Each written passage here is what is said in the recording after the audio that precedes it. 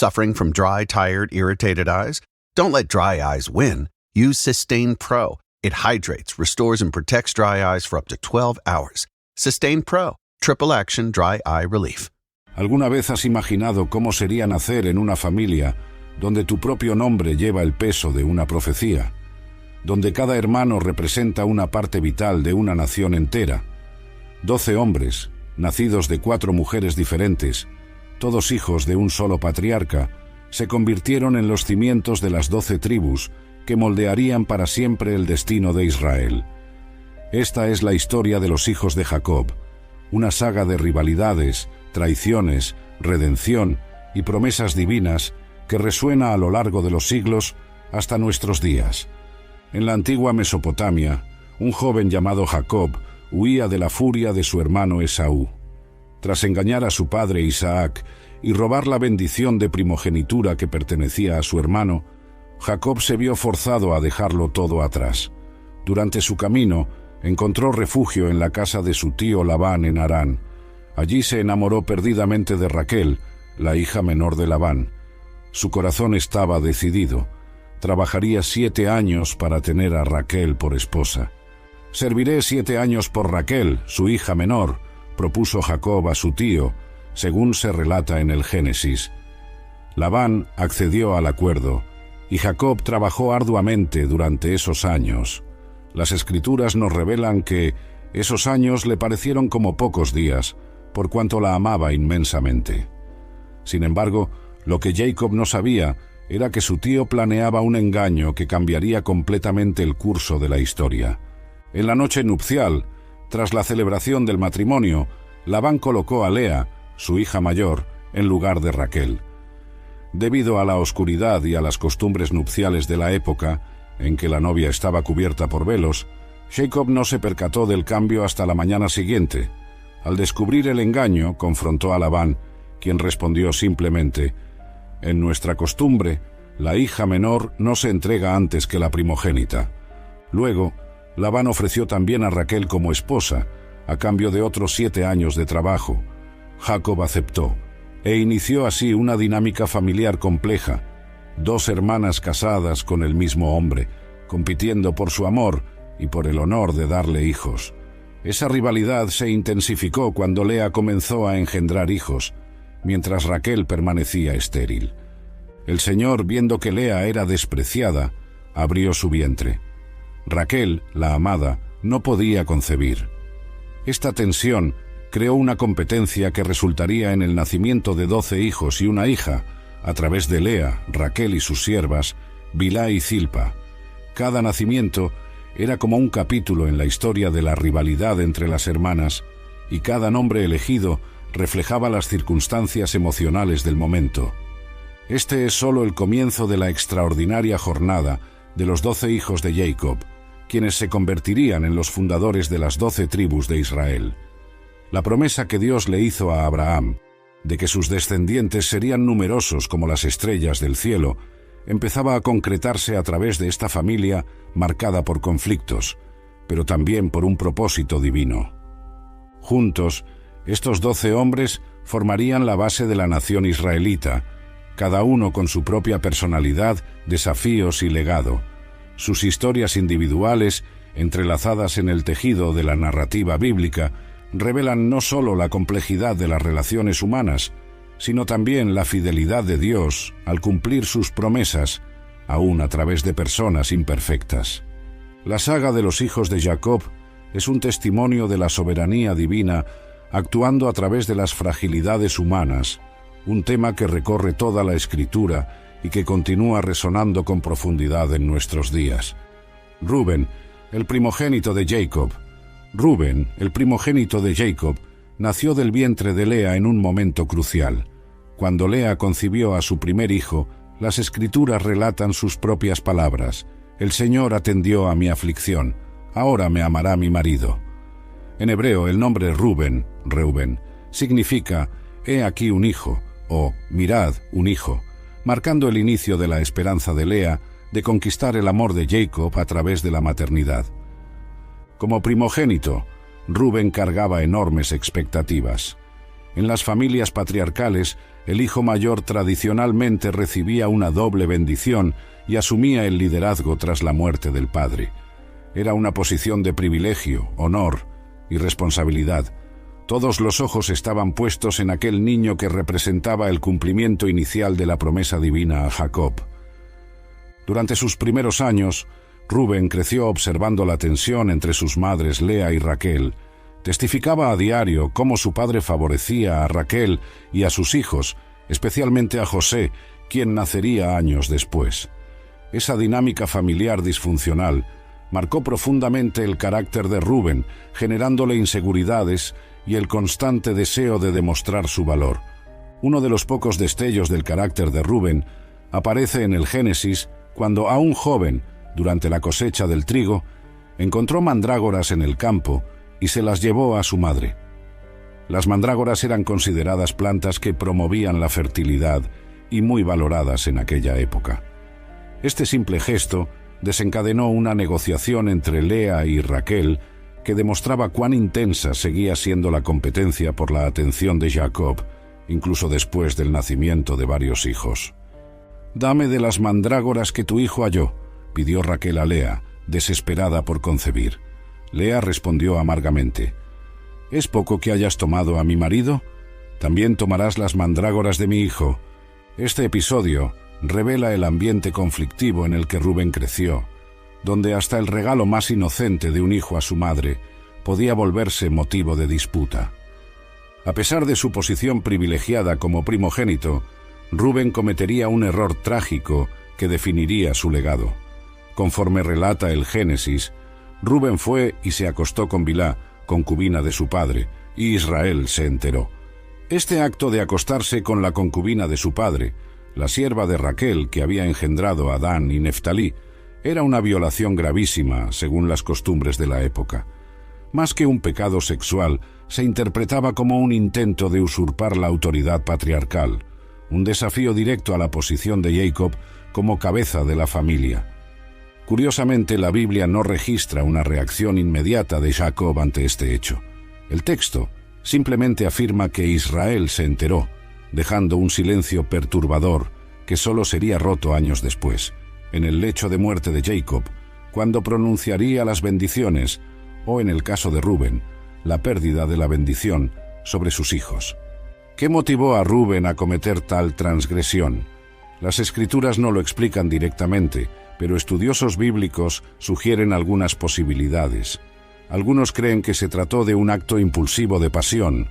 Otros lo interpretan como un intento desesperado de Rubén por afirmar su posición de primogénito, especialmente al ver amenazada su condición por el creciente favoritismo de Jacob hacia José. También hay quien sugiere que Rubén trataba de defender el honor de su madre Lea, asumiendo el rol de protector tras la muerte de Raquel, cuando Jacob desvió su atención hacia Bilhá en lugar de volver a Lea. Independientemente de la motivación, las consecuencias fueron permanentes. Aunque Rubén siguió siendo reconocido como el primogénito por nacimiento, perdió los privilegios que tal posición confería. Esa pérdida se formalizaría en las últimas palabras de Jacob, quien declaró: «Rubén, tú eres mi primogénito, mi fuerza y las primicias de mi vigor, el más excelso en dignidad y el más excelso en poder. Impetuoso como el agua, no serás el más excelso, porque subiste al lecho de tu padre. Lo contaminaste, subiste a mi cama».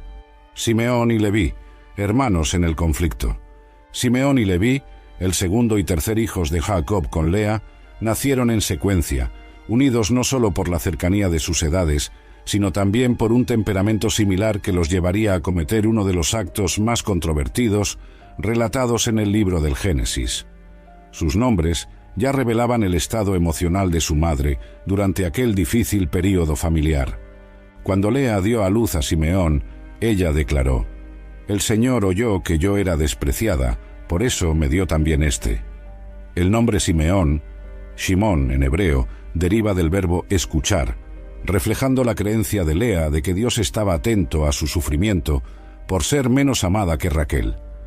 Poco después nació Leví, cuyo nombre significa apego o unión, pues Lea esperaba. Ahora, en esta ocasión, se unirá mi marido a mí, porque le he dado 3 hijos. Las Escrituras no ofrecen muchos detalles sobre la infancia de estos hermanos, pero es posible inferir que crecieron observando la preferencia de su padre por Raquel y la constante tristeza de Lea. Ese ambiente de rechazo y favoritismo probablemente contribuyó a moldear sus intensas personalidades y el fuerte vínculo fraternal que se manifestaría dramáticamente en su juventud. El episodio que definiría el destino de estos 2 hermanos ocurrió en Siquem, como se relata en el capítulo 34 del Génesis. La familia de Jacob se había establecido cerca de la ciudad, cuando Dina, la única hija mencionada de Jacob y Lea, salió a visitar a las mujeres de la región. Durante esa visita, Siquem, hijo del gobernante local Hamor, vio a Dina, la tomó y la violó. Tras el hecho, sin embargo, Siquem se enamoró de la joven y pidió a su padre que la consiguiera como esposa. Hamor se dirigió a Jacob para negociar el matrimonio, proponiendo inclusive una alianza más amplia entre los 2 pueblos. «Mostraos a nosotros, dadnos vuestras hijas y tomad vuestras hijas para vosotros. Habitaréis con nosotros, y la tierra estará a vuestro favor. Habitad y comercia en ella, y tomad posesión de la misma». Cuando los hijos de Jacob se enteraron de lo sucedido con su hermana, se llenaron de profunda indignación. La narrativa bíblica destaca: se entristecieron los hombres y se encendieron en ira, porque Siquem había cometido una locura en Israel, acostándose con la hija de Jacob, algo que no debía hacerse. Mientras Jacob permanecía extrañamente en silencio ante el ultraje cometido contra su hija, Simeón y Leví asumieron la responsabilidad de vengar el honor de su hermana. Con astucia, respondieron a Hamor y a Siquem que solo aceptarían el matrimonio si todos los varones de Siquem se circuncidaban, convirtiéndose así en semejantes a los hebreos. «En esto solamente acordaremos con vosotros, si os comportáis como nosotros, circuncidándoos todos los varones entre vosotros». Sorprendentemente, Hamor y Siquem aceptaron la condición y convencieron a todos los hombres de la ciudad de someterse al procedimiento. «No demorará el hombre en hacer esto, porque le agradó la hija de Jacob», explica el texto, evidenciando la determinación de Siquem de tomar a Dina como esposa. 3 días después de la circuncisión, cuando los hombres de Siquem estaban debilitados por el dolor del procedimiento, Simeón y Leví llevaron a cabo su plan de venganza. Armados con espadas, entraron con seguridad en la ciudad y masacraron a todos los hombres, incluidos Hamor y Siquem. Rescataron a Dina de la casa de Siquem y saquearon la ciudad, llevándose rebaños, riquezas e incluso mujeres y niños como cautivos. La respuesta de Jacob a aquella masacre revela su preocupación por las consecuencias prácticas más que por la moralidad del acto. «Me habéis turbado, haciéndome abominable ante los habitantes de esta tierra, entre los cananeos y los periseos. Siendo yo de poca cantidad, se unirán contra mí, y seré destruido, tanto yo como mi casa». La justificación presentada por Simeón y Leví fue clara y reveladora de su sentido de justicia y honor familiar. ¿Acaso debía tratarse nuestra hermana como a una prostituta? Esta pregunta retórica evidencia el código moral que guiaba sus acciones, la defensa intransigente del honor familiar, incluso por medios extremadamente violentos. Este suceso marcaría de forma permanente la reputación de los 2 hermanos y condicionaría la bendición que recibirían de su padre décadas después. En su lecho de muerte, Jacob diría de Simeón y Leví: «Son hermanos, sus espadas son instrumentos de violencia. En su consejo no entre mi alma, con su asamblea mi gloria no se reúna, porque en su furia mataron hombres y en su obstinación destruyeron rebaños. Maldita sea su furia porque fue feroz y su ira porque fue cruel. Los dividiré en Jacob y los esparciré en Israel». Judá y la transformación del carácter. El 4º hijo de Jacob y Lea recibió un nombre que resonaría a lo largo de la historia con un significado profundo y duradero. Judá, que significa alabanza o gratitud. Cuando nació, Lea expresó su gratitud a Dios con las palabras: «Esta vez alabaré al Señor», marcando un cambio significativo en su actitud. Si antes ella esperaba conquistar el amor de Jacob mediante los hijos, ahora mostraba una creciente madurez espiritual, volcando su corazón en alabanza al Señor. A diferencia de sus hermanos mayores, Judá emerge en las narrativas bíblicas con un carácter complejo que atraviesa una notable transformación con el tiempo. Inicialmente, aparece en el episodio relacionado con su hermano José, cuando los hijos de Jacob, movidos por la envidia y el resentimiento, planeaban matar al joven soñador que había recibido la túnica de colores de su padre. Fue Judá quien propuso una alternativa al fratricidio. ¿Qué provecho hay en que matemos a nuestro hermano y escondamos su sangre? Venid, vendámoslo a los ismaelitas, según se relata en el Génesis. Aunque este acto salvó la vida de José, las motivaciones de Judá eran ambiguas, combinando una renuencia a cometer asesinato con el deseo de lucrar con la situación. ¿Qué ganamos matando a nuestro hermano? Vendámoslo a los ismaelitas y no levantemos la mano contra él. Al fin y al cabo, él es nuestro hermano, nuestra propia sangre. Después de este incidente, la narrativa bíblica se centra exclusivamente en Judá en el capítulo 38 del Génesis, ofreciendo una ventana a su vida personal y desarrollo moral. El texto relata que Judá se separó de sus hermanos y se casó con una mujer cananea, con la que tuvo 3 hijos, Onán y Selá. Para su primogénito Judá eligió una esposa llamada Tamar. La Escritura describe que el primogénito de Judá, era perverso a los ojos del Señor, por lo que el Señor lo mató. Siguiendo la costumbre del levirato, Judá instruyó a su segundo hijo, Onán, a casarse con la viuda de su hermano para engendrar descendencia. Pero Onán, sabiendo que la descendencia no sería considerada suya, cuando se acostaba con la mujer de su hermano, derramaba su semen en tierra para no dar descendencia a su hermano. Por este acto egoísta, lo que hacía era malo ante el Señor, por lo que también a él lo mató. Con miedo de perder a su tercer hijo, Judá prometió a Tamar que le daría a Selá por marido cuando éste creciera, pero en secreto no tenía intención de cumplir esa promesa. La envió de regreso a la casa de su padre para que esperara, relegándola efectivamente a un estado de viudez permanente, sin posibilidad de un nuevo matrimonio. Pasaron los años, y Tamar se dio cuenta de que Judá no cumpliría su palabra. En un acto de desesperación e ingenio, se disfrazó de prostituta cuando supo que Judá pasaría por el camino tras la esquila de sus ovejas. Sin reconocerla, por causa del velo que le cubría el rostro, Judá recurrió a sus servicios, prometiéndole enviarle un cabrito del rebaño como pago. Como garantía, Tamar le pidió su sello, su cordón y su cayado, objetos personales que identificaban de manera inequívoca a Judá. Cuando Judá envió el cabrito prometido, la supuesta prostituta no fue hallada. 3 meses después, se informó que su nuera, Tamar, estaba embarazada a causa de la prostitución. Indignado ante lo que consideraba una violación del honor familiar, Judá sentenció: «Echadla fuera y que sea quemada». En ese momento crítico, Tamar presentó las pruebas de quién era el padre del niño. «Del hombre a quien pertenecen estos objetos, estoy embarazada. Reconoce, te ruego, de quién es este sello, este cordón y este cayado».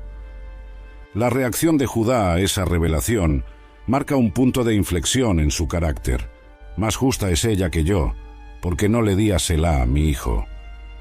Esta admisión pública de su propia injusticia constituye un raro momento de humildad y reconocimiento del error, especialmente significativo en una cultura patriarcal donde los hombres raramente admitían fallos ante las mujeres. Tamar dio a luz a mellizos, Fares y Zara, en un parto dramático que la Biblia describe en detalle.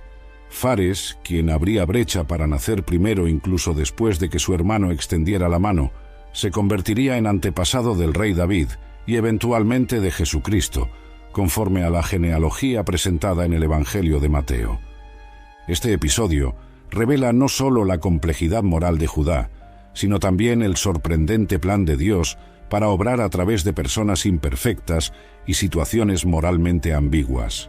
La inclusión de Tamar en la línea mesiánica demuestra la gracia divina que trasciende las fallas humanas y las convenciones sociales de aquella época. El inicio de la familia numerosa, la infertilidad y la entrega de siervas. Después del nacimiento de sus primeros 4 hijos con Jacob, Lea atravesó un periodo de infertilidad. Al notar que había dejado de engendrar hijos y determinada a continuar su competencia con Raquel, Lea tomó una decisión acorde con los costumbres de la época.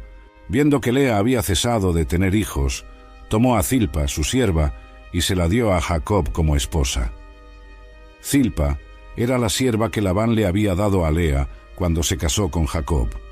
En la sociedad patriarcal de la época, era una práctica aceptable que una esposa ofreciera su sierva al marido como una esposa secundaria o concubina, especialmente cuando la propia esposa enfrentaba dificultades para concebir. Esta práctica ya se había establecido en el modelo familiar cuando Raquel, desesperada por su infertilidad, entregó a su sierva Bilhá a Jacob. El 5.º hijo en unirse a la creciente familia de Jacob fue Dan, el primogénito de Bilhá, sierva de Raquel. Su nombre significa juez o él juzgó, reflejando el sentimiento de Raquel de que Dios había juzgado a su favor. Dios me juzgó, pues entregué a mi sierva a mi marido. Para Raquel, este hijo representaba una victoria parcial en la competencia por la maternidad, aunque fuese a través de su sierva. Poco después, Bilhá volvió a concebir y dio a luz a Neftalí, cuyo nombre significa mi lucha o luché. Raquel declaró: con grandes luchas he luchado contra mi hermana y he vencido. Esta declaración revela la intensidad de la rivalidad entre las hermanas y cómo el nacimiento de los hijos se veía como batallas en una guerra mayor por la atención y el afecto de Jacob. Observando el éxito de la estrategia de su hermana, Lea decidió seguir el mismo camino. Zilpa concibió y dio a luz a Gad, el 7.º hijo de Jacob. El nombre Gad significa buena fortuna o suerte, como expresó Lea. Afortunada. Más tarde ella añadiría: para mi ventura, porque las mujeres me considerarán dichosa. Poco después, Zilpa volvió a concebir y dio a luz a Aser, el 8.º hijo de Jacob. El nombre Aser significa feliz o bienaventurado, reflejando la creciente confianza de Lea. Para mi felicidad, porque las hijas me llamarán feliz. Esta sucesión de nacimientos demuestra cómo la competencia entre las hermanas seguía siendo intensa y cada nuevo niño se veía como una pieza en un complejo juego de estatus y validación. Los hijos nacidos de las siervas ocupaban una posición social única dentro de la familia patriarcal. Aunque legalmente se reconocían como hijos de Jacob, llevaban el estigma de haber nacido de mujeres de estatus inferior. Sin embargo, las Escrituras no hacen una distinción significativa entre ellos y los demás hijos de Jacob a la hora de formar las tribus de Israel. Cada hijo, independientemente de su madre, se convertiría en patriarca de una de las 12 tribus. El nacimiento de estos 4 hijos, Dan, Neftalí, Gad y Aser, a través de las siervas Bilhá y Zilpa, ilustra la complejidad de las relaciones familiares y las prácticas sociales del período patriarcal. La narrativa bíblica se limita a describir los acontecimientos tal como ocurrieron, sin emitir juicios morales explícitos sobre estos arreglos. No obstante, las consecuencias de estas dinámicas familiares complejas se manifestarían en las relaciones entre los hermanos e influirían en el futuro de las tribus que ellos fundarían. Curiosamente, las Escrituras ofrecen pocos detalles sobre las personalidades individuales o las acciones de estos 4 hijos. A diferencia de Rubén, Simeón, Leví, Judá y posteriormente José y Benjamín, cuyas historias personales se exploran con mayor profundidad, Dan, Neftalí, Gad y Aser permanecen como figuras relativamente oscuras durante la narración del Génesis, emergiendo principalmente en las profecías y bendiciones pronunciadas por Jacob en su lecho de muerte. Sin embargo, esa relativa oscuridad no disminuye su importancia en el plan divino. Las tribus que descenderían de estos hombres desempeñarían papeles significativos en la historia de Israel. Por ejemplo, la tribu de Dan produciría a Sansón, uno de los jueces más famosos de Israel. Las tierras asignadas a la tribu de Aser serían reconocidas por su fertilidad y por la producción de aceite de oliva, cumpliendo parte de la bendición que Jacob pronunciaría: del pan de Aser será abundante, y él dará manjares reales. El nacimiento de estos hijos a través de las siervas también representa un elemento crucial en el cumplimiento de la promesa de Dios a Abraham, Isaac y Jacob, de que sus descendientes serían numerosos. Cada hijo, independientemente de las circunstancias de su nacimiento, se convertía en parte del plan divino para la formación de la nación de Israel. Esta inclusión ilustra un principio recurrente en las narrativas bíblicas. Dios frecuentemente actúa a través de situaciones imperfectas y complejos arreglos humanos para realizar sus propósitos eternos. El período de infertilidad de Lea llegó a su fin de una manera que ilustra, una vez más, la intensa rivalidad entre las hermanas. El episodio de las mandrágoras, brevemente mencionado en el capítulo dedicado a Rubén, revela cómo la competencia por la atención de Jacob y por el estatus de madre seguía moldeando la relación entre Lea y Raquel. Tal como se relata en el Génesis, fue en los días de la siega del trigo que Rubén halló mandrágoras en el campo y se las llevó a su madre Lea. Entonces Raquel dijo a Lea: «Dame de las mandrágoras de tu hijo».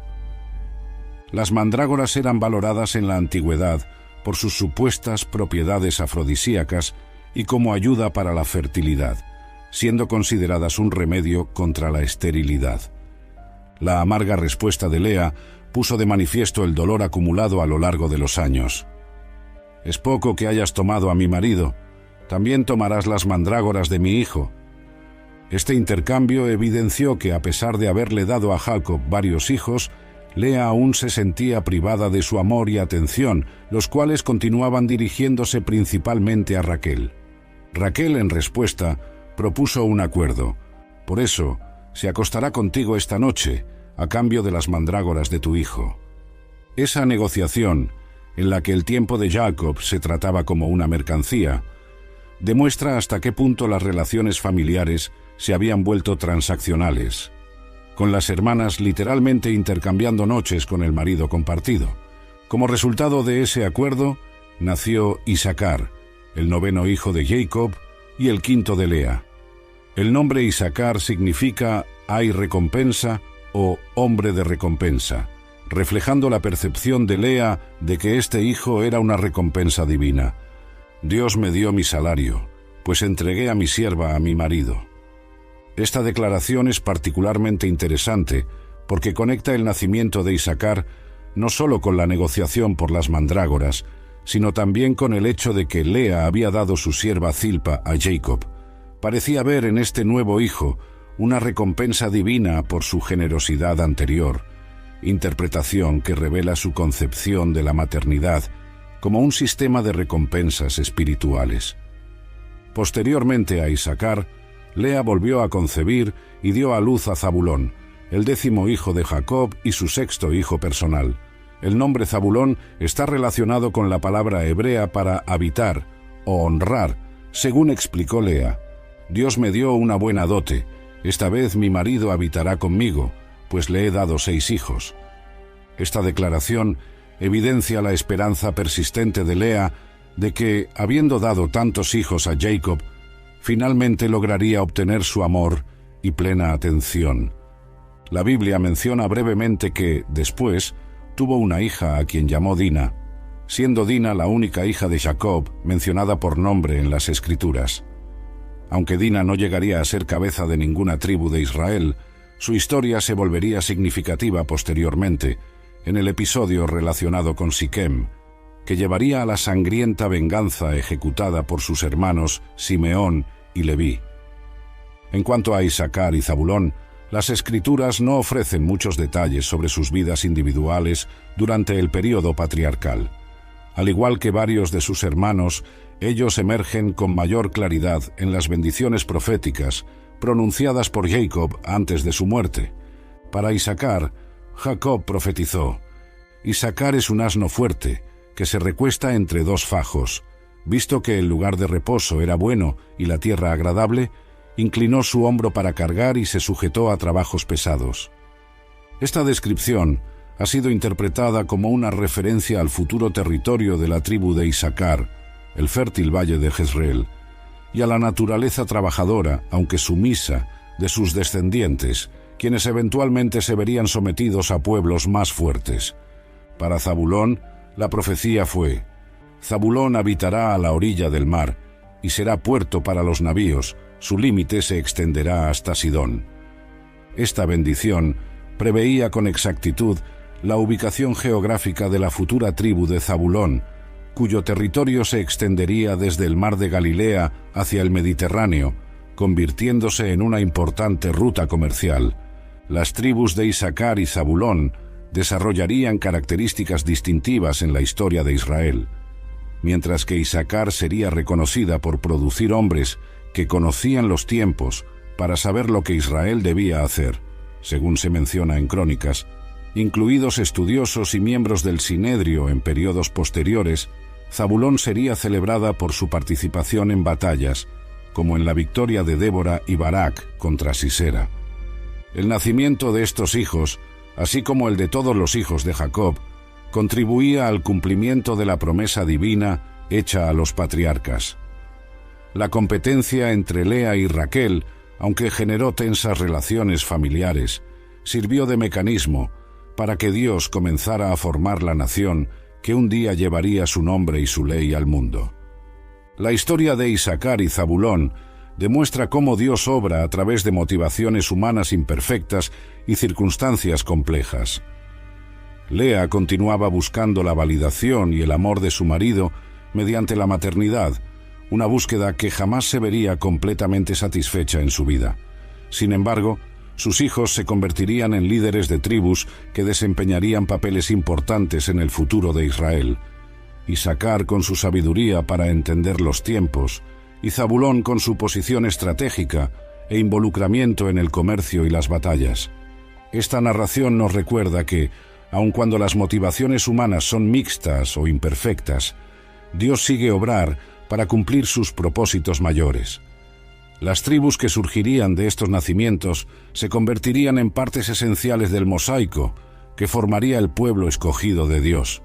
Entonces, Dios se acordó de Raquel, la oyó y la hizo fecunda. Con estas palabras, las Escrituras anuncian el tan esperado momento por el que Raquel había aguardado y anhelado durante años. Tras ver a su hermana Lea dar a luz a 6 hijos y a su sierva Bilhá engendrar 2, la amada esposa de Jacob finalmente experimentó la dicha de la maternidad por sí misma. El nacimiento de José, el 10º primogénito de Jacob y el primero de Raquel, representó un punto de inflexión tanto en la narrativa familiar como en la historia de la redención. El nombre José, Yosef, lleva en hebreo un doble significado. Él, Dios añade, y él, Dios quita. Raquel expresó esa dualidad al declarar: Dios me quitó mi afrenta, y el Señor me añada otro hijo. Esta segunda declaración funcionaría al mismo tiempo como profecía y oración. Años más tarde, Raquel, de hecho, volvería a concebir y daría a luz a Benjamín, pero a costa de su propia vida. No obstante, en el momento del nacimiento de José no había sino júbilo y gratitud por el fin de su larga espera. José creció en un ambiente familiar complejo. Como hijo de la esposa favorita de Jacob, recibió desde temprana edad un trato preferencial que sembró profundas tensiones con sus mediohermanos. La Biblia relata: Israel amaba a José más que a todos sus hijos, porque era hijo de su vejez, y le hizo una túnica de diversos colores. Ese favoritismo explícito sembraría las semillas de la envidia y del rencor que más tarde llevarían a consecuencias dramáticas. A los 17 años, José comenzó a tener sueños que sugerían su futura preeminencia sobre la familia. En uno de esos sueños, los feises de sus hermanos se inclinaban ante el suyo. En otro, el sol, la luna y 11 estrellas. representando a su padre, su madre y a sus hermanos, se postraban ante él. Sin la madurez necesaria para comprender el impacto de sus palabras, José compartió esos sueños abiertamente, intensificando el resentimiento de sus hermanos. Sus hermanos le tuvieron envidia, pero su padre guardaba el asunto para sí. La hostilidad de los hermanos alcanzó su punto máximo cuando Jacob envió a José a revisar el estado de los rebaños que sus hermanos cuidaban en Siquem. Al verlo aproximarse desde lejos, conspiraron contra él. «Ahí viene el soñador, venid pues, matémoslo y arrojémoslo en una de estas cisternas, y diremos, una fiera lo devoró, y veremos qué será de sus sueños». Fue Rubén, el primogénito, quien intervino para salvar la vida de José, sugiriendo que lo arrojaran solo en una cisterna vacía, con la intención secreta de rescatarlo luego. Cuando José llegó, sus hermanos le despojaron de su túnica especial y lo arrojaron en la cisterna. Poco después, al divisar una caravana de mercaderes ismaelitas, Judá propuso: «¿Qué aprovechamos matando a nuestro hermano? Vendámoslo a los ismaelitas». Por 20 piezas de plata, José fue vendido a los mercaderes, quienes lo llevaron a Egipto. Para encubrir su crimen, los hermanos mancharon la túnica de José con sangre de cabrito y se la presentaron a Jacob, quien concluyó: «Una fiera lo devoró, ciertamente José fue despedazado». El patriarca entró en un profundo luto, negándose a ser consolado.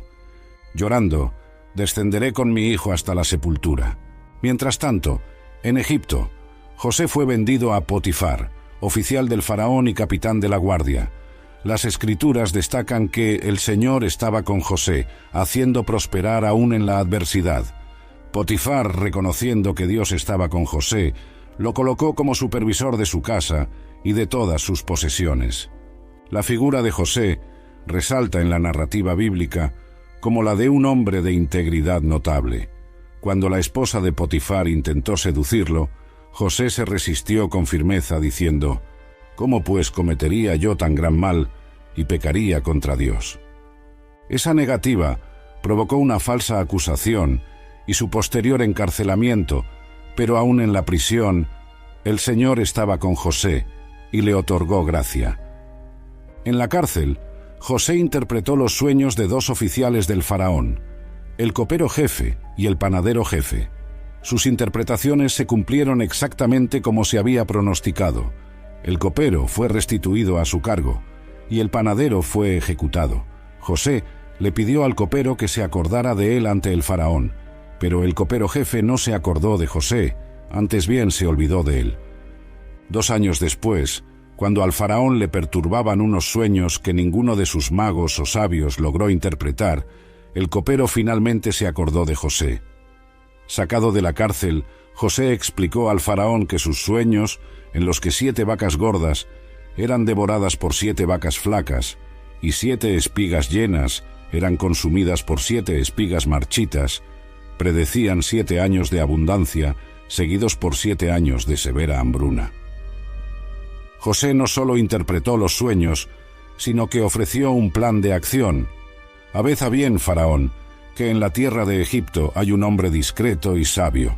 Designadle sobre la tierra y encargad a los administradores que tomen la 5ª parte de los productos de la tierra durante los años de abundancia». Impresionado, el faraón declaró: «Encontraremos a un hombre como este en quien esté el Espíritu de Dios». Así, a la edad de 30 años, José fue elevado a una posición de autoridad solo segunda a la del propio faraón. Durante los 7 años de abundancia, José almacenó grandes cantidades de grano.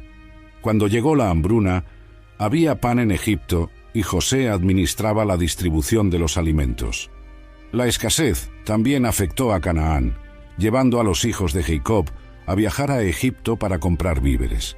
Sin reconocer a su hermano, ahora un dignatario egipcio, ellos se inclinaron ante él, con el rostro en tierra, cumpliendo de manera inconsciente el sueño que José había compartido tantos años atrás. Después del nacimiento de José, un acontecimiento significativo marcó la vida de la familia patriarcal. Jacob decidió regresar a la tierra de sus padres, Canaán, tras haber servido 20 años a Labán en Padan Aram. Esta decisión se dio luego de percibir que la actitud de su suegro había cambiado, y lo más importante, tras recibir una instrucción divina: «Vuelve a la tierra de tus padres y a tu parentela, y yo estaré contigo». La travesía de regreso sería larga y peligrosa, especialmente para Raquel, que se encontraba embarazada de su segundo hijo. Al aproximarse a Efrata, Belén, comenzaron las contracciones y el parto se reveló excepcionalmente difícil. Las Escrituras describen: «Y aconteció que, teniendo ella gran dificultad en el parto, le dijo la partera: no temas, porque ahora tendrás otro hijo». En el preciso instante en que su alma se iba, pues ella estaba muriendo, Raquel nombró a su último hijo Benoni, que significa hijo de mi dolor o hijo de mi sufrimiento, un nombre que capturaba la agonía de su parto fatal. Sin embargo, Jacob se negó a permitir que su hijo llevara un nombre asociado con la tristeza y la muerte, y lo renombró Benjamín, que significa hijo de la diestra o hijo de buen augurio, reflejando su esperanza a pesar de la dolorosa pérdida. Así murió Raquel y fue sepultada en el camino a Efrata, que es Belén, y Jacob erigió una columna sobre su sepultura. Esta es la columna de la sepultura de Raquel hasta el día de hoy. Ese sepulcro se convertiría en un lugar de significativo memorial, mencionado siglos después en las profecías de Jeremías y visitado hasta nuestros días. La muerte de Raquel durante el parto de Benjamín representa uno de los pasajes más conmovedores del Génesis. La mujer por la cual Jacob había trabajado 14 años, la esposa a quien amaba profundamente, se fue dejando 2 hijos, que se volverían especialmente preciados para el patriarca ya anciano. José ya era el favorito. Benjamín, como el último vínculo vivo con su amada Raquel, sería igualmente querido. Benjamín creció como el cañulillo de la familia, especialmente protegido por su padre tras la supuesta desaparición de José. Cuando la hambruna azotó Canaán y los hijos de Jacob se dirigieron a Egipto para comprar alimentos, Benjamín se quedó en casa. Jacob explicó: «Mi hijo no descenderá con vosotros, porque su hermano ha muerto y solo él me quedó. Si le sucediera algún infortunio en el camino, haréis descender mis canas con tristeza a la sepultura». No obstante, cuando los hermanos regresaron de Egipto tras la exigencia del gobernador, quien era José disfrazado, de que trajeran a Benjamín en el siguiente viaje, Jacob enfrentó un dilema angustioso. Fue únicamente cuando la hambruna se intensificó y Judá se ofreció en garantía por la seguridad de Benjamín que el patriarca consintió a regañadientes. «Si es así, haced lo siguiente: tomad de lo mejor de la tierra en vuestras vasijas y llevadle un presente al varón. Devolved el dinero, llevad también a vuestro hermano y levantaos y volved al varón». La reticencia de Jacob para dejar partir a Benjamín revela la profundidad de su apego a su hijo menor.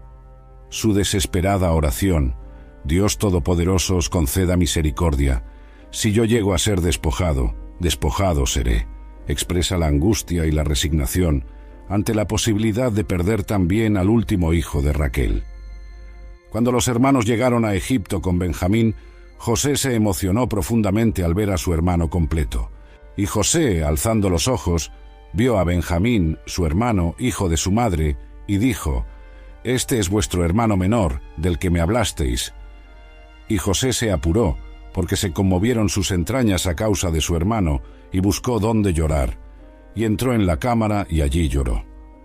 Durante la comida, José levantó porciones de su mesa para ellos, y la porción de Benjamín, sin embargo, fue 5 veces mayor que la de cualquiera de ellos, un gesto que evidenciaba su especial afecto por el hermano menor. Esa preferencia presagiaba la prueba final que José aplicaría a sus hermanos cuando su copa de plata se colocaría en la bolsa de Benjamín, llevando a la acusación de robo. La disposición de Judá de ofrecerse como siervo en lugar de Benjamín finalmente convenció a José de que sus hermanos habían cambiado. Él reveló su verdadera identidad y se reconcilió con la familia, trayéndolos finalmente a Egipto durante la prolongada hambruna. Años más tarde, cuando Jacob bendijo a sus hijos antes de morir, su profecía sobre Benjamín fue breve pero intensa. Benjamín es lobo que despedaza, por la mañana devorará la presa y al mediodía repartirá el botín. Esta descripción sugiere un espíritu guerrero e incluso feroz, en contraste con la imagen del hijo menor y protegido. La tribu de Benjamín, de hecho, desarrollaría una reputación por su bravura y habilidad militar. Produjo al primer rey de Israel, Saúl, así como al apóstol Pablo en el Nuevo Testamento. Sin embargo, la tribu también viviría uno de los episodios más sombríos de la historia de Israel, cuando casi fue exterminada tras el incidente en Gibea, relatado en el libro de los Jueces. La narrativa sobre Benjamín completa el ciclo de los 12 hijos de Jacob. Su nacimiento, marcado por la muerte de Raquel, trajo consigo tanto tristeza como esperanza. Como el menor, ocupó un lugar especial en el corazón del patriarca, sirviendo como vínculo constante con la amada esposa que Jacob había perdido. El papel de Benjamín en la reconciliación entre José y sus otros hermanos destaca su posición única en la familia, una posición que se vería reflejada en el futuro rol de su tribu como nexo entre las tribus del norte y del sur tras la división del reino. Cuando Jacob sintió que se acercaba el final de su vida, reunió a sus 12 hijos para pronunciar sus últimas palabras sobre cada uno de ellos. Ese solemne momento, recogido en el capítulo 49 del Génesis, consistió no solo en bendiciones paternas, sino en profecías inspiradas sobre el futuro destino de cada hijo y de la tribu que de él descendería. Adobe Firefly is the all-in-one creative studio with AI-powered image and video editing for today's creative process. Built for creators of every kind, Firefly helps you generate, edit, and experiment fast. Because the asks aren't getting smaller, the budgets aren't getting bigger, and the timelines, oh yeah, still tight. With all the best creative AI models in one place, Firefly brings your ideas to life. Unlock a better way to make with Adobe Firefly. Acercaos, y os anunciaré lo que ha de sucederos en los postreros días. Acercaos y oíd, hijos de Jacob, escuchad a Israel, vuestro padre. Las palabras de Jacob para sus hijos mayores, Rubén, Simeón y Leví, contenían más reprensión que bendición, revelando cómo sus acciones pasadas tendrían consecuencias duraderas. Para Rubén, el primogénito que se acostó con Bilhá, la concubina de su padre, Jacob declaró: «Tú eres mi primogénito, mi fuerza y el principio de mi vigor, el más excelso en altura y el más excelso en poder. Impetuoso como el agua, no serás el más excelso, porque subiste al lecho de tu padre, contaminaste mi lecho». Esta declaración quitó a Rubén el derecho de primogenitura y el liderazgo que le correspondería normalmente. En la historia subsecuente de Israel, la tribu de Rubén jamás produciría jueces, profetas o líderes prominentes, cumpliendo así la profecía de Jacob. Su territorio se establecería al este del Jordán, separado físicamente de la mayoría de las otras tribus, y la tribu a menudo se caracterizaría por su indecisión en momentos críticos, tal como se menciona en el Cántico de Débora en los Jueces. En las riberas de Rubén hubo grandes deliberaciones de corazón.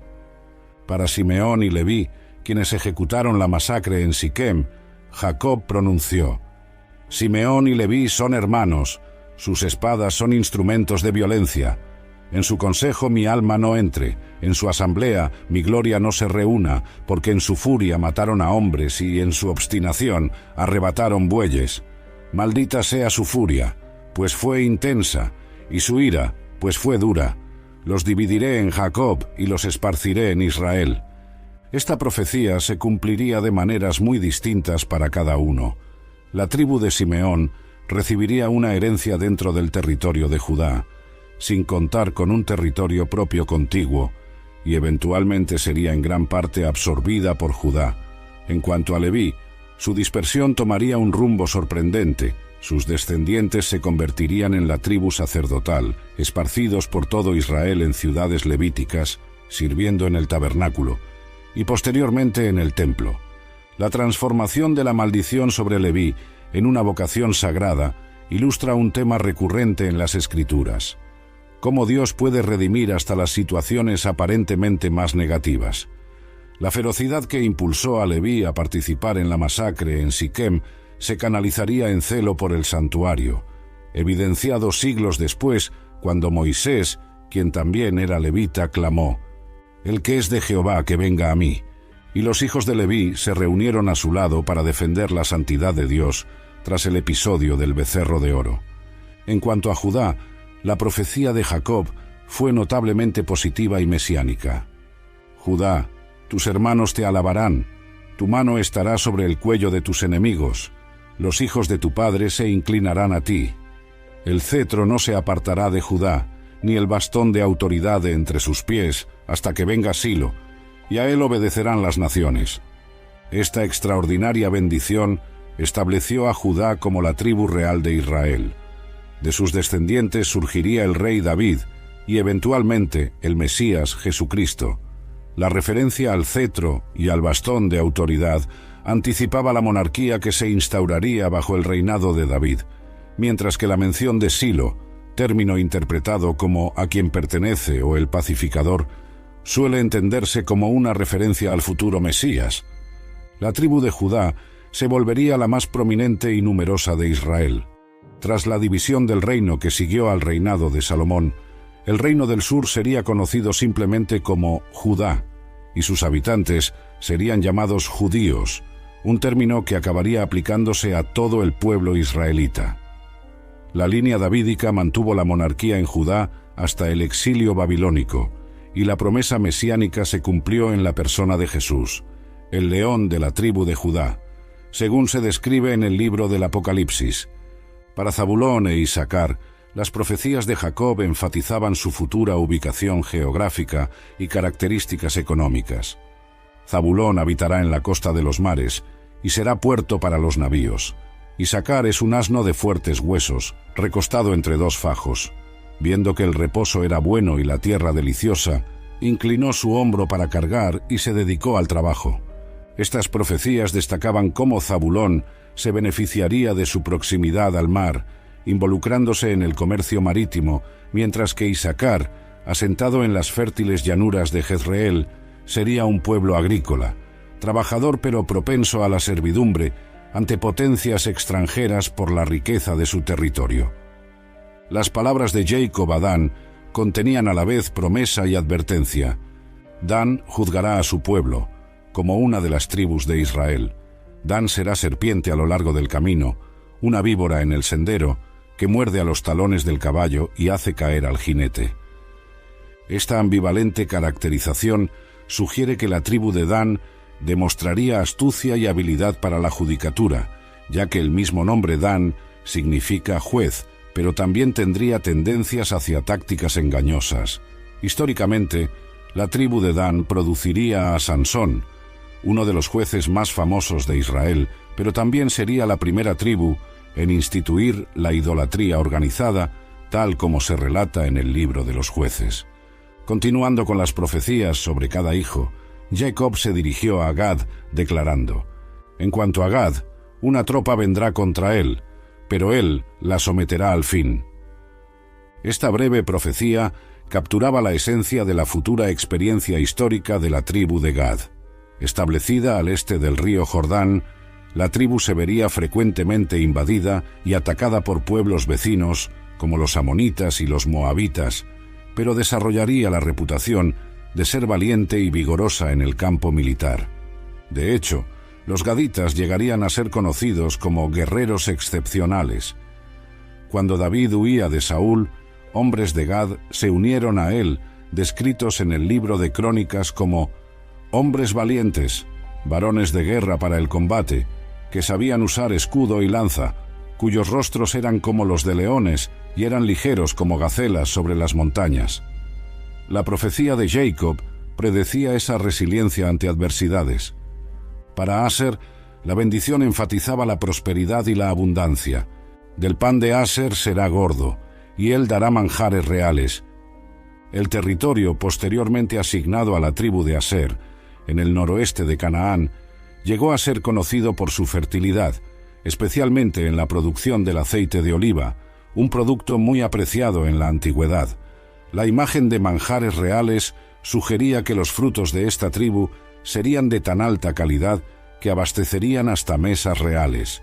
Una profecía que historiadores creen se cumplió, con Aser proveyendo aceite para la corte del rey Salomón y quizá para la exportación a reinos vecinos como Tiro y Sidón. En cuanto a Neftalí, Jacob proclamó: «Neftalí es una gacela que corre libre, que pronuncia hermosos discursos».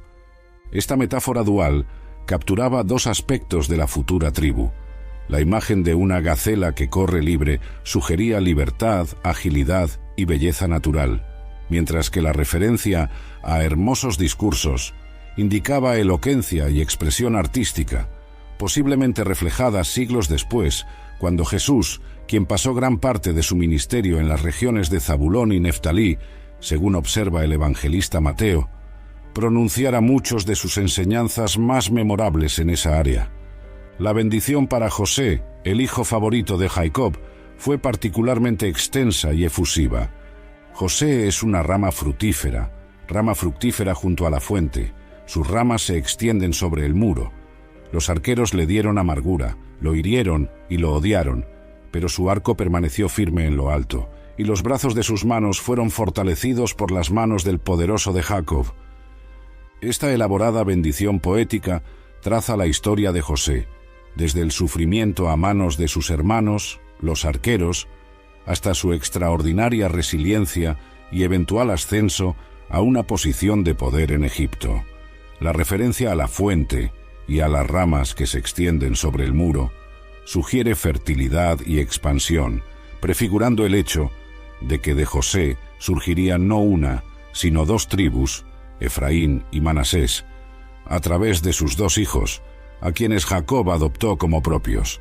De hecho, en un episodio anterior, registrado en el capítulo 48 del Génesis, Jacob ya había bendecido a los dos hijos de José, declarando: «Efraín y Manasés serán míos, como Rubén y Simeón».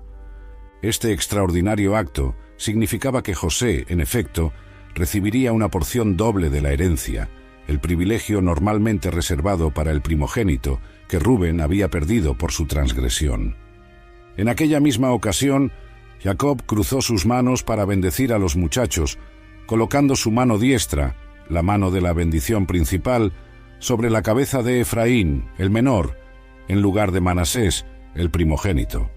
Cuando José trató de corregir lo que parecía un error, Jacob respondió: «Yo sé, hijo mío, yo sé. Él también será como pueblo, y también será grande, mas su hermano menor será mayor que él, y su descendencia será una multitud de naciones». Esta profecía se cumpliría en la historia posterior de Israel, con la tribu de Efraín emergiendo como la más prominente del reino del norte, hasta el punto de que su nombre a veces se usaba en lugar de referirse a todo el reino de Israel, en contraste con el reino del sur, Judá.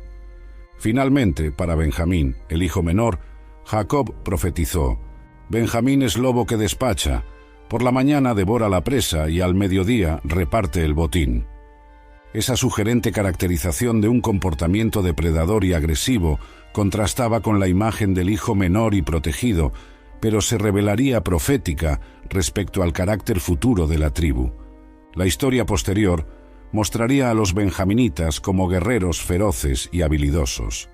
En el libro de los Jueces se les describe como hábiles con la honda, capaces de lanzar piedras con precisión sin equivocarse. El primer rey de Israel, Saúl, procedía de la tribu de Benjamín, y asimismo el celoso fariseo Saulo de Tarso, quien tras su conversión se convertiría en el apóstol Pablo. La referencia a repartir el botín podría aludir a la generosidad o a la justicia que seguirían tras la conquista, cualidades demostradas tanto por el rey Saúl en sus mejores momentos como por el apóstol Pablo, quien después de perseguir a la Iglesia, dedicó su vida a compartir el Evangelio con el mundo gentil. Estas profecías pronunciadas por Jacob sobre sus 12 hijos no fueron simples palabras paternas de despedida, sino revelaciones inspiradas que marcarían el curso futuro de las 12 tribus de Israel. Al combinar reflexiones sobre el carácter personal de cada hijo, con predicciones sobre las características y destinos de las tribus correspondientes, Las palabras de Jacob cimentaron la estructura de la nación que Dios había prometido formar a través de los descendientes de Abraham, Isaac y Jacob. Luego de las bendiciones proféticas pronunciadas sobre sus hijos, Jacob dio instrucciones específicas sobre su sepultura. Yo me uniré a mi pueblo, sepultadme junto a mis padres, en la cueva que está en el campo de Efrón, el Eteo. Allí sepultaron a Abraham y a Sara, su mujer. Allí sepultaron a Isaac y a Rebeca, su mujer, y allí yo sepulté a Lea. Este deseo de ser enterrado en la cueva de Macpela, en Hebrón, donde ya estaban sepultados los demás patriarcas y matriarcas, demostraba la fe de Jacob en la promesa divina de que aquella tierra algún día pertenecería a sus descendientes. Cuando Jacob falleció, a la edad de 147 años, José cumplió fielmente el deseo de su padre. Un impresionante cortejo fúnebre, que incluyó sirvientes del faraón, los ancianos de su casa y todos los ancianos de la tierra de Egipto, acompañó el cuerpo embalsamado de Jacob de regreso a Canaán, donde fue sepultado según sus instrucciones.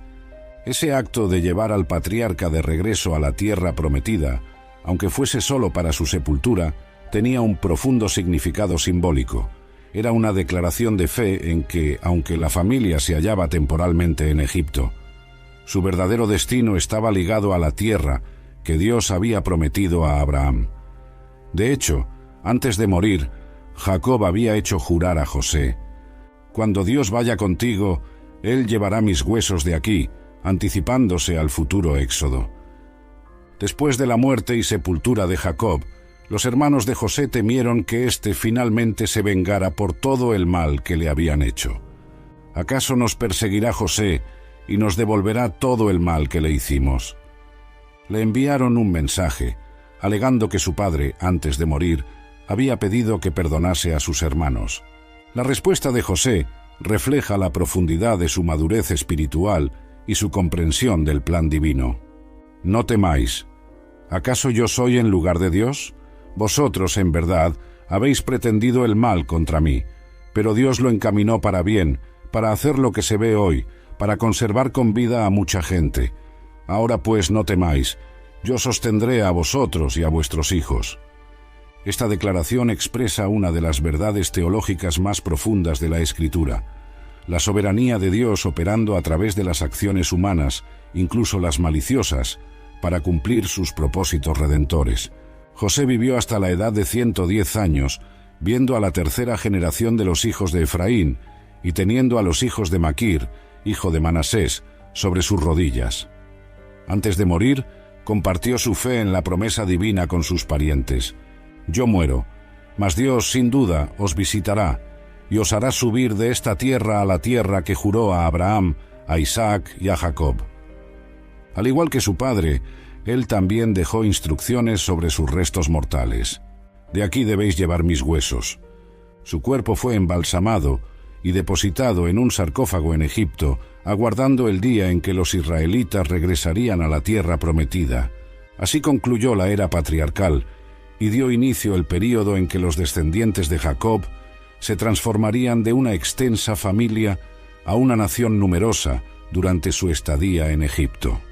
Los 12 hijos de Jacob, con sus diversas personalidades, dones y defectos, habían establecido las bases de las 12 tribus que eventualmente formarían la nación de Israel.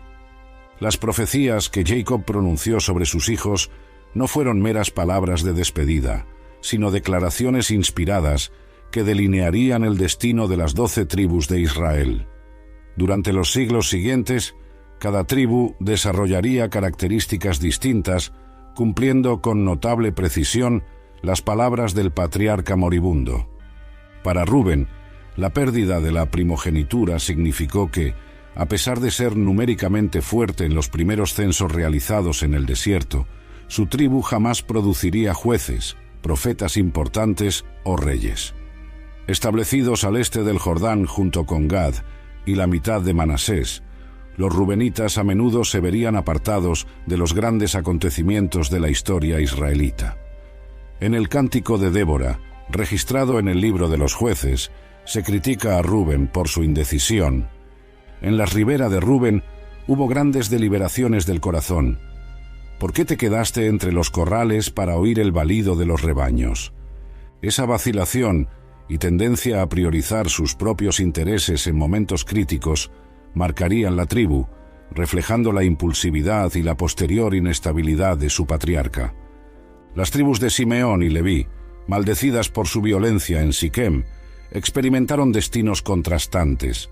La tribu de Simeón, la menor según el segundo censo realizado por Moisés, no recibió un territorio independiente, sino ciudades dentro de la herencia de Judá. Eventualmente, gran parte de Simeón sería absorbida por Judá, casi desapareciendo como entidad tribal, verdaderamente dividida en Jacob y esparcida en Israel. Para Leví, la dispersión tomó un rumbo sorprendente. Separados para el servicio sacerdotal tras el episodio del becerro de oro, cuando los levitas fueron los únicos en ponerse del lado de Moisés, la tribu no recibió territorio propio, sino 48 ciudades distribuidas por todo Israel. Lo que comenzó como una maldición se transformó en bendición, ya que los levitas se convirtieron en maestros de la ley, músicos en el templo y mediadores entre Dios y el pueblo. Su dispersión sirvió de medio para preservar la unidad espiritual de Israel, demostrando que Dios puede transformar incluso las consecuencias negativas de acciones pecaminosas en instrumentos para sus propósitos redentores. La ascensión de Judá a la prominencia, tal como fue predicha por Jacob, se dio gradualmente.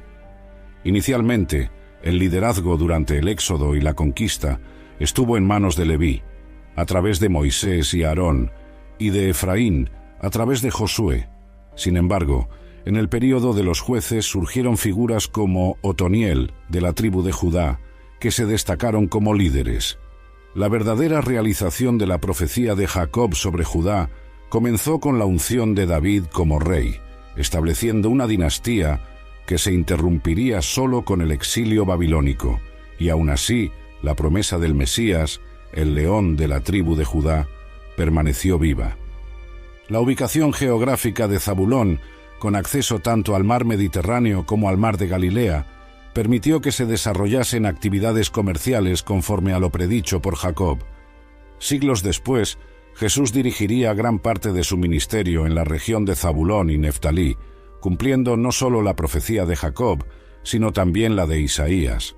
La tierra de Zabulón y la tierra de Neftalí, el pueblo que caminaba en tinieblas vio gran luz. Isacar, asentado en las fértiles tierras del valle de Jezreel, se haría conocido por su fuerza de trabajo agrícola y también por su sabiduría. El libro de Crónicas menciona que entre los hijos de Isacar había 200 cabezas y todos sus hermanos bajo sus órdenes, añadiendo que eran hombres que conocían los tiempos para saber qué debía hacer Israel. Esta combinación de capacidad para el trabajo duro y discernimiento estratégico cumplía a la perfección la caracterización hecha por Jacob. Dan, descrito como serpiente a lo largo del camino, manifestó aspectos tanto positivos como negativos de esta descripción. Por un lado, produjo a Sansón, uno de los jueces más famosos de Israel, cuyas tácticas a menudo involucraban astucia y estratagemas contra los filisteos. Por otro, la tribu de Dan fue la primera en instituir un sistema formal de idolatría en Israel, erigiendo en su territorio una imagen esculpida e incluso contratando a un levita como sacerdote, tal como se relata en el libro de los jueces. Esta tendencia hacia la idolatría se mantendría como una característica distintiva de la tribu, al punto que Dan no es mencionada entre las 12 tribus selladas en el libro del Apocalipsis. La herencia concedida a José a través de sus hijos, Efraín y Manasés, resultó extraordinariamente significativa en la historia posterior de Israel. Al ocupar el centro geográfico y político de Canaán, estas tribus, especialmente Efraín, asumirían roles de liderazgo en la nación. La profecía de Jacob, de que Efraín sería mayor que su hermano mayor Manasés, se cumplió cuando Josué, un efraimita, sucedió a Moisés en la conducción de Israel. Durante el período de los jueces y los inicios de la monarquía, el importante centro religioso de Silo se encontraba en territorio efraimitas. Tras la muerte de Salomón y la división del reino, Jeroboam, otro efraimita, se convirtió en el primer rey del reino del norte, comúnmente llamado Israel, en contraste con el reino del sur, Judá. De hecho, Efraín se volvió tan prominente que su nombre llegaba a emplearse como sinónimo de todo el reino del norte. Los profetas a menudo se referían a Efraín al hablar de las 10 tribus del norte. La profecía de Jacob sobre José como rama frutífera y sus ramas extendiéndose sobre el muro se materializó en la expansión territorial e influencia de Efraín y Manasés. En cuanto a Benjamín, el lobo que despedaza, la descripción guerrera pronunciada por Jacob, se manifestó repetidamente en la historia de Israel. Los benjaminitas llegaron a ser reconocidos por su habilidad militar, particularmente como formadores de escudos y arqueros diestros. Choice Hotels gets you more of what you value. Here's a little tune to help you remember. Same drive, different day. Don't you wish you were getting away? Pack your bags and come on through. Texas, Ohio, Alaska, we're up there too. Comfort Inn, it's calling your name. Save on the stay. Oh, and free waffles are yours to claim. Well, I hope you like my little song. Book direct at choicehotels.com. El juez Eude, quien asesinó al rey moabita Eglón, usando su inusual habilidad con la mano izquierda, era benjamita. La ambivalencia moral sugerida en la descripción de Benjamín, donde el lobo es tanto admirado por su fuerza como temido por su ferocidad, se evidenció en el incidente de Gibea, cuando la renuencia de los benjaminitas a entregar a los perpetradores de un crimen atroz llevó a una guerra civil que casi exterminó a la tribu, quedando solo 600 hombres, y se adoptaron medidas extraordinarias para asegurar la continuidad de la tribu.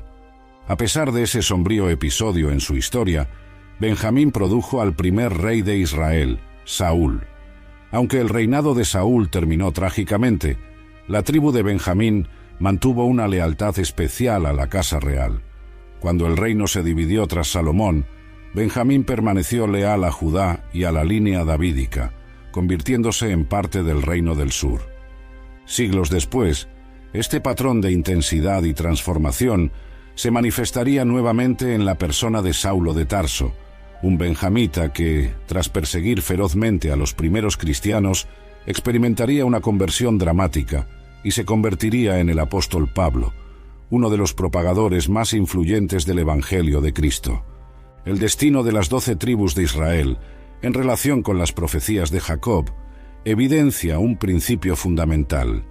Dios conoce el futuro no de forma abstracta, sino comprendiendo íntimamente cómo se desplegarán las características personales, elecciones y circunstancias de cada individuo a lo largo de las generaciones. Las palabras de Jacob no determinaron de forma fatalista el futuro de sus descendientes, sino que delinearon con precisión cómo se expresarían en conjunto los temperamentos, dones y debilidades en las tribus que llevarían sus nombres. Tal como se vio en la bendición dada a José, sus descendientes experimentarían tanto oposición, los arqueros le dieron amargura, como eventual prosperidad. Su arco, sin embargo, se sostuvo en lo alto. Las tribus del norte, encabezadas por Efraín, sufrirían constantes ataques de sirios y eventualmente de asirios, quienes las llevarían al exilio en 722 años antes de Cristo. Un exilio del que, como tribus separadas, nunca regresarían. La tribu de Judá, según la profecía de que el cetro no se apartará de Judá, mantendría su identidad nacional y el trono davídico hasta el exilio babilónico. Incluso tras el regreso del exilio, cuando las diferencias tribales se habían atenuado, aquellos que retornaron a Jerusalén fueron llamados colectivamente judíos, derivado del nombre Judá, preservando así la conexión con la promesa mesiánica hasta el nacimiento de Jesucristo, el león de la tribu de Judá. La historia de las 12 tribus de Israel, desde su formación a partir de los 12 hijos de Jacob hasta su evolución en entidades políticas y culturales distintivas, ilustra una verdad central de la narrativa bíblica. Dios obra a través de personas imperfectas y circunstancias complejas para realizar sus propósitos redentores. Los hijos de Jacob, con todos sus conflictos, defectos y virtudes, se convirtieron en los canales a través de los cuales se comenzaría a cumplir la promesa hecha a Abraham: en ti serán benditas todas las familias de la tierra. En la historia bíblica, pocas narrativas familiares son tan ricas en lecciones e implicaciones teológicas como la saga de los 12 hijos de Jacob. A través de las vidas de estos hombres imperfectos y de las tribus que surgieron de ellos, podemos discernir principios fundamentales sobre el carácter de Dios y su modo de obrar en la historia humana. En primer lugar, la historia de los hijos de Jacob demuestra cómo Dios honra sus pactos a pesar de las fallas humanas. El propio Jacob, antes de convertirse en Israel, había sido un engañador que utilizó artimañas para obtener la bendición de su padre. Sus hijos perpetuaron patrones de engaño, favoritismo, violencia y egoísmo. Sin embargo, Dios permaneció fiel a su promesa a Abraham, Isaac y Jacob, transformando a esta familia disfuncional en la nación, a través de la cual surgiría el Redentor del mundo. El contraste entre el comportamiento moral de los hijos de Jacob y la santidad del Dios que los eligió destaca la naturaleza de la gracia divina. Rubén, el primogénito, mancilló su honor al acostarse con la concubina de su padre. Simeón y Leví recurrieron a la masacre para vengar a su hermana. Judá se involucró con una mujer que creyó ser prostituta y posteriormente estuvo dispuesto a condenar a muerte a esa misma mujer, su nuera Tamar, por un delito similar. Los hermanos, colectivamente, vendieron a José como esclavo y engañaron a su padre durante décadas acerca de su destino. Estas acciones no fueron las de hombres ejemplares, y aún así, Dios los eligió para ser los fundadores de las tribus de su pueblo escogido. Esa elección no implica indiferencia divina al pecado, pues las consecuencias de sus actos les perseguirían a lo largo de las generaciones, sino que demuestra que los propósitos redentores de Dios trascienden las limitaciones de la moralidad humana. Como escribiría el apóstol Pablo siglos después, donde abunda el pecado, sobreabunda la gracia. La historia de José en particular ofrece una de las ilustraciones más claras del Antiguo Testamento acerca de la providencia divina que obra a través de circunstancias aparentemente negativas. Sus palabras a sus hermanos: «Vosotros pretendisteis el mal contra mí, pero Dios lo encaminó para bien», expresan una teología de la soberanía divina que sostiene tanto la responsabilidad humana sobre sus acciones como el control de Dios sobre los resultados finales. Los nombres otorgados a los hijos de Jacob también revelan cómo las experiencias humanas de sufrimiento, competencia y esperanza pueden transformarse en vocaciones divinas. Cada nombre reflejaba las circunstancias emocionales del nacimiento: el sentimiento de rechazo de Lea, la amargura de la competencia entre las hermanas, la esperanza por reconocimiento y amor. Sin embargo, esos mismos nombres llegarían a ser identificadores de tribus con propósitos específicos en el plan de Dios. La bendición de Jacob a sus hijos demuestra, además, otro principio importante: las decisiones morales de una generación afectan el destino de las futuras. Rubén perdió la primogenitura debido a un solo acto impulsivo. Simeón y Leví verían sus tribus divididas y esparcidas como consecuencia de su violencia en Siquem. Sin embargo, esta misma historia revela la posibilidad de redención, pues la dispersión de Leví se transformó en bendición al servir su dispersión por Israel para un propósito sacerdotal. Las tribus que surgieron de los hijos de Jacob desarrollaron características distintivas que a menudo reflejaban tanto sus fortalezas como sus debilidades como patriarcas. La naturaleza inestable de Rubén se manifestó en la indecisión histórica de su tribu. La ferocidad de Simeón y Leví reapareció en distintos contextos, de forma negativa en la guerra civil que involucró a Benjamín y de forma positiva en el celo de Fineas por el santuario. La astucia de José se transformó en liderazgo político con Efraín. El comportamiento depredador atribuido a Benjamín se expresó tanto en la crudeza de los hombres de Gibea como en la intensidad evangelística del apóstol Pablo, Al observar las 12 tribus surgidas de estos 12 hermanos, se revela otro principio fundamental de la teología bíblica: la unidad en la diversidad que caracteriza al pueblo de Dios. Cada tribu tenía su territorio, sus características, dones y funciones específicas, pero todas formaban parte de una nación unida por Yahvé. En el campamento israelita en el desierto, las tribus se posicionaban en diversas direcciones alrededor del tabernáculo, mas todas orbitaban en torno al mismo centro divino. Esa diversidad se manifestaba en múltiples niveles. Judá asumiría el liderazgo real, Leví la función sacerdotal, Isaacar produciría estudiosos de la ley, Zabulón se involucraría en el comercio internacional. Algunas tribus se destacarían militarmente, otras en la agricultura o en la producción artesanal. Ninguna tribu contenía por sí sola la totalidad de la identidad israelita. Juntas, formaban un cuerpo integrado en el que cada miembro cumplía una función particular al servicio del conjunto. Esta imagen de unidad en la diversidad, enraizada en la historia de los 12 hijos de Jacob, sería retomada en el Nuevo Testamento cuando Pablo compara a la Iglesia con el cuerpo de Cristo, un organismo compuesto por muchos miembros distintos, pero un solo espíritu. La visión apocalíptica de 144.000 sellados, 12.000 de cada tribu, mantiene ese simbolismo de diversidad dentro del pueblo de Dios, incluso en la consumación final. Quizás la lección más profunda en la historia de los hijos de Jacob es la constatación de que Dios no escoge a los que se muestran ya calificados, sino que capacita a los elegidos. Estos 12 hombres, con sus complejas personalidades y notables fallas morales, no parecían candidatos prometedores para fundar el pueblo del pacto divino. Sin embargo, la gracia transformadora de Dios actuó a través de ellos, moldeando no solo sus vidas individuales, sino el destino de sus descendientes a lo largo de las generaciones.